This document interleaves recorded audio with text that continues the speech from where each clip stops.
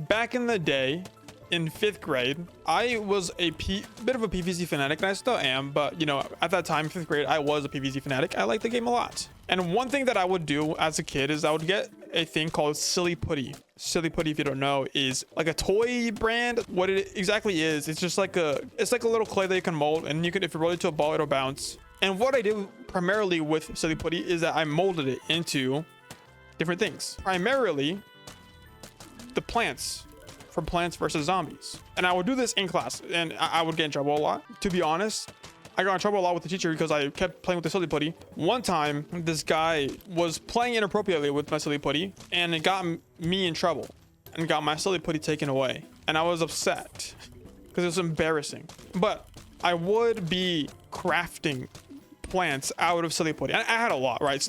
And how I would obtain the Silly Putty is that my 5th grade teacher, he would hold like raffles, or not like raffles, but you know, like some teachers would have like little like thingies for their students, where it'd be like, hey, you know, if you are good at the test or whatever, if you are a good noodle, right, you get some points, you can buy a little thing from the little shop or whatever. He has like a little shop. And it's not money, it's like little like points based, you know, just little tokens here and there. And I would always go for the Silly Putty because I wanted to get more. It's like one of those things where it's like, it's satisfying to watch it grow. Like as my ball of Silly Putty just amassed, I brought it everywhere with me. Like I wouldn't stop fiddling with it. I realize now it's more of like a fidget because I would just like be playing with it, holding my hand. Actually, I don't remember much how I just had it with me, but I had it everywhere. Like I would forget it like on like the hot dashboard of a car. And when we would return, it'd be like all melted on it. I would make like little PVZ figurines, right? And everyone in the class, or not everyone, but you know, the kids that cared, a lot of the kids in the class like liked what I could do. They like watching me make these like Silly Putty molds. And it was really cool. Now, there was someone else in the class, and it was a guy named Brian. Now, I knew Brian. We were acquaintances. We weren't close at all.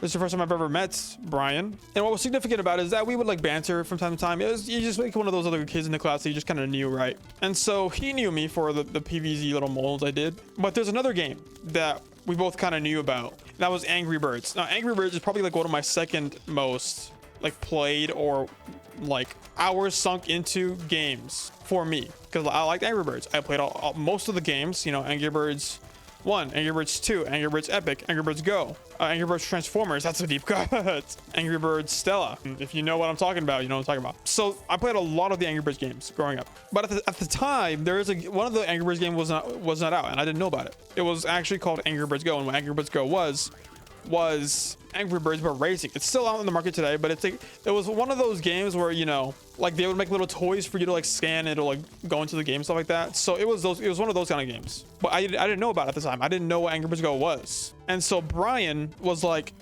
I bet you don't know about Angry Birds Go. Or like, he was like, do you know about Angry Birds Go? And I was like, no, I don't. It's not a real game. I don't believe you. But then he was like, no, it's a real game. And I was like, no, you're lying. I don't believe you. And so to piss me off, he was just like saying Angry Birds Go, Angry Birds, like as a fifth grader would do. So it was just pissing me off.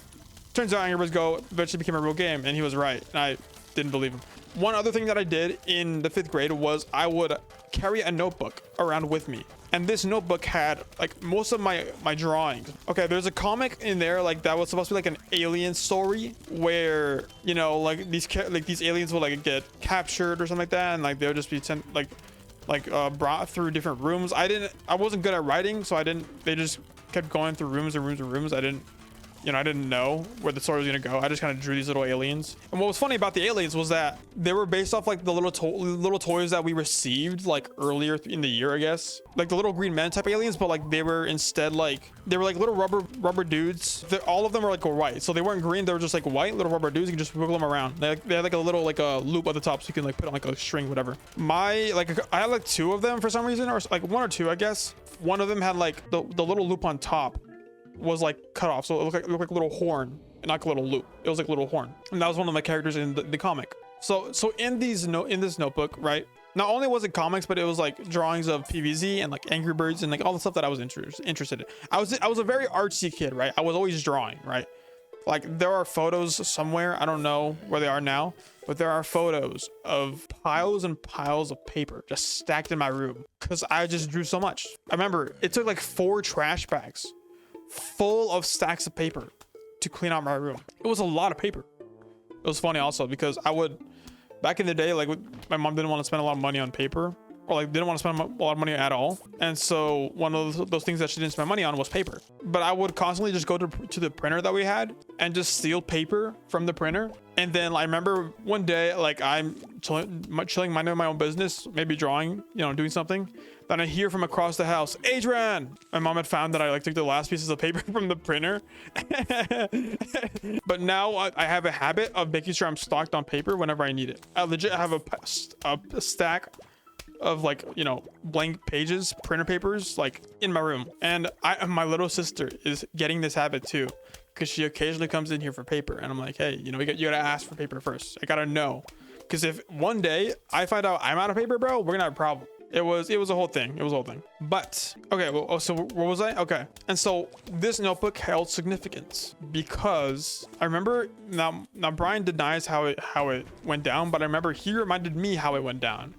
And now I remember it to this day. One day in the 5th grade, I asked to go to the bathroom, and I happened to bring my notebook with me. And because there's no place to set down my notebook in, say the restroom, I left it on top of like what is it? Like the freaking, the hand towel thing. You guys know in like public restrooms where like there's like a big old blocky thing where the paper towels go and you pull them down. That thing. There was one of those in the restroom at the time. And so I set my notebook on top of there. I then use the restroom. As I'm using the restroom, another kid walks in. I don't know who it is because I'm not looking. I don't care. I'm minding my own business. And then so I get out of the stall. I clean up and I walk out, and I forget my notebook in the restroom. And then as I'm walking back to class, I realize, hey, I lost. Where's my notebook? I forgot my notebook. So I then turn around and go to get my notebook. Upon returning to the restroom, I discover that my notebook was in the hands and being read by none other than Brian. And so I don't entirely remember like what our relationship actually was like before that. Like I don't like know if it was like there was like tension or whatever, there was drama, because I don't remember. But apparently Brian tells me that I was a little sassy.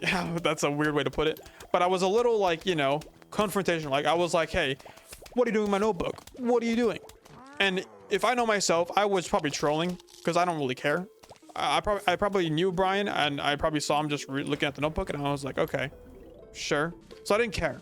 But I guess I was a little confrontational, and he took it that way. But he was looking at my notebook and, reading it. He was reading my notebook. And I guess he was just looking at some PVZ drawings. And I guess we just started talking about PVZ, like way more. And from that point on, we just became friends. We became buddies. Like this is the friend that I've known for the longest amount of time in my life. We're still very close friends. We go to watch movies sometimes. We hang out sometimes. And that was in 5th grade. How many years ago was that? I graduated high school in 2021. It was 12 grades. 12 minus 5 is about 7. Over 10 years. 11 years. Oh my gosh. 11 years. All from PVZ. That's mentally, brother. That's mental, brother. But yeah, that is like essentially the story of how I met my best friend. Maybe you can get him on. Maybe I'll get him on, and then I'll like have him talk about like what he remembers